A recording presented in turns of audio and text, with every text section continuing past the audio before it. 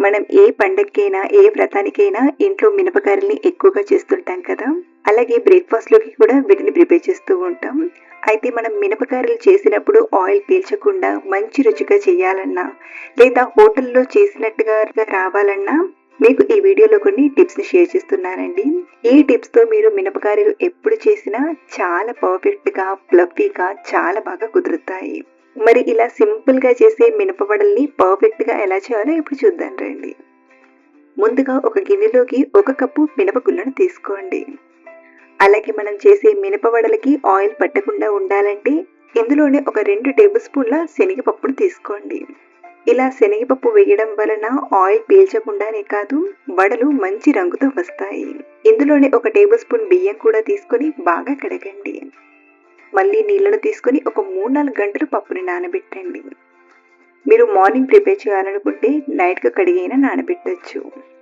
ఇక్కడ నేను మళ్ళీ 4 గంటల తర్వాత చూపిస్తున్నానండి.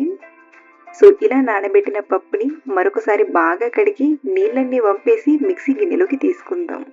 ఇక్కడ నేను అందరికీ అవైలబుల్‌లా ఈజీగా చేసుకునేలా మిక్సీ గిన్నెలో రుబ్బి చూపిస్తున్నాను. అది మీ దగ్గర గ్రైండర్ ఉంటే గ్రైండర్‌లో అయినా రుబ్బి తీసుకోవచ్చు. అలాగే మనం ఈ పప్పుని ఇలా మిక్సీ గిన్నెలో గ్రైండ్ చేసేటప్పుడు మరీ ఎక్కువ నీళ్లు వేసి గ్రైండ్ చేయకుండా 1-2 టీ స్పూన్ల నీళ్లను మాత్రమే తీసుకొని మెత్తగా గ్రైండ్ చేయండి.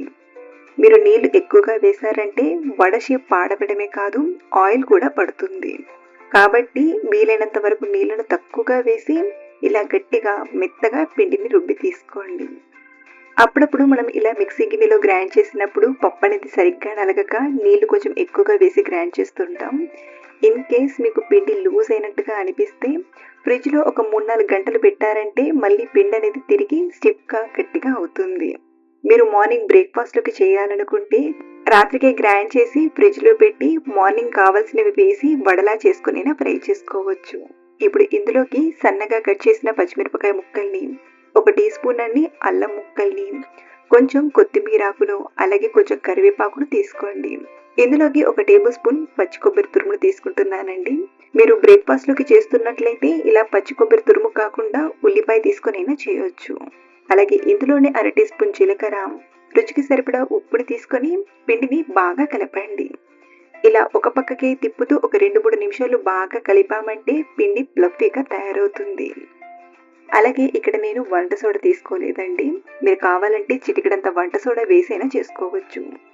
కానీ ఇలా మనం కలిపి ఆ తర్వాత వడల్లా చేసుకుంటే చాలా ఫ్లఫీగా చాలా బాగా వస్తాయి.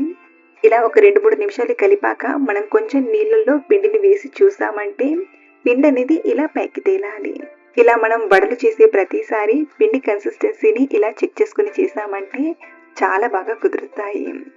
ఇన్ కేస్ మీకు ఇలా పిండి పైకి తేలకుండా ఫ్లఫీగా రాకపోతే మళ్ళీ ఒక 2-3 నిమిషాలు కలిపైనా తీసుకోవచ్చు. సో, ఇప్పుడు ఈ పిండిని వడల్లా తీసుకొని ఫ్రై చేసుకుందాం. చేతిని ముందుగా నీళ్ళతో తడి చేసుకొని చేతికి నీళ్ళేమీ లేకుండా దులిపేసి పిండిని ఇలా ఒక పక్క నుండి తీసుకొని మధ్యలో చిన్నగా ఇలా రంధ్రం చేసి పక్కన వేడవుతున్న ఆయిల్‌లోకి తీసుకోవడమే. మీకు ఇలా చేతితో చేయడం కష్టంగా అనిపిస్తే టీ స్ట్రెయినర్ ఉంటుంది కదా! టీ స్ట్రెయినర్‌ని తడి చేసి ఈ టీ స్ట్రెయినర్ పైన వడలా అయినా చేసుకోవచ్చు.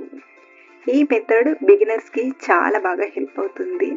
లేదా మీరు ఏదైనా ప్లాస్టిక్ కవర్ పైనైనా కానీ, లేదా ఆయిల్ ప్యాకెట్ కవర్ పైనైనా కానీ వడలా చేసుకోవచ్చు.